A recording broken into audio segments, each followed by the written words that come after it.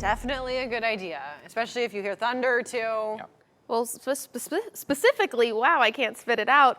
When you hear thunder, you need to go inside because we're getting to that time of year where lightning can strike far away from Right. clouds. And a good rule of thumb is if it's within 10 miles, but there's been reports of even lightning 25 miles out from a thunderstorm. I'm not expecting any crazy funnel clouds like what we saw yesterday or nowhere near as much coverage across the Gulf Coast this afternoon compared to Sunday. Here's all the rain that we have on the map right now. Most of it is in Lee County, just some sprinkles there in southern Cape Coral. That's along Cape Coral Parkway.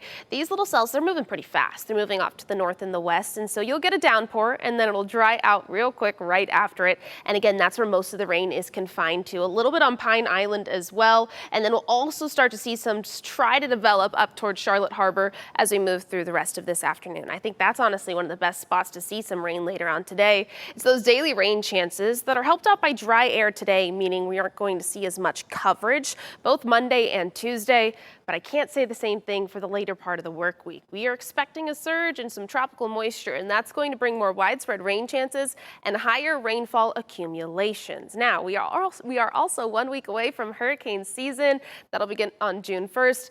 The National Hurricane Center is not tracking anything in the tropics at this time, but we are going to keep an eye on that tropical moisture surge that could be bringing those beneficial rainfall totals and other impacts to the Gulf Coast late in the week. Here's a look at what the rain could be like for the rest of your Monday. Like I said, I'm not expecting anything like what we saw yesterday. Those storms did try to pack a punch across the Gulf Coast. By 5 o'clock, we still have a few little cells on the map still favoring the I-75 corridor, but coverage is not as high as it has been because of that drier air in place. And whatever does develop will continue to flow off to the north and the west as we move through the later hours on Monday. On Tuesday, we get to do it all over again. Rinse and repeat setup with a lower rain chance at 20% coverage. But Wednesday is when we're going to start to pick things back up again in terms of how much rain we could be seeing, back up to those 40% chance of afternoon showers and thunderstorms on Wednesday. Thursday, Friday, Saturday, we pick up that coverage to 60%.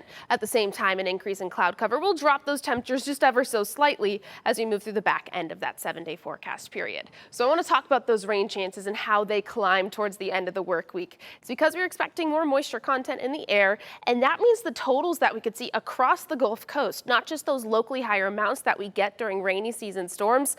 Almost everybody could benefit from this. Now, this is showing anywhere from 3 to 4 inches of rain potential over the next week, but I wouldn't be surprised if we see some higher numbers, some lower numbers as well mixed onto the map. This is more of just kind of an estimate across the Gulf Coast, and one trend that I like about this is the numbers keep going up in terms of how much rain we could see over the next week. This isn't going to clear out our drought completely, but this type of setup is the stuff that we need without all the side effects like severe weather or damaging winds, anything like that. But rain like this will start to chip away at the drought conditions across the Gulf Coast, which would be a good thing for us over the next couple of days. That's a look at your Gulf Coast weather most accurate forecast.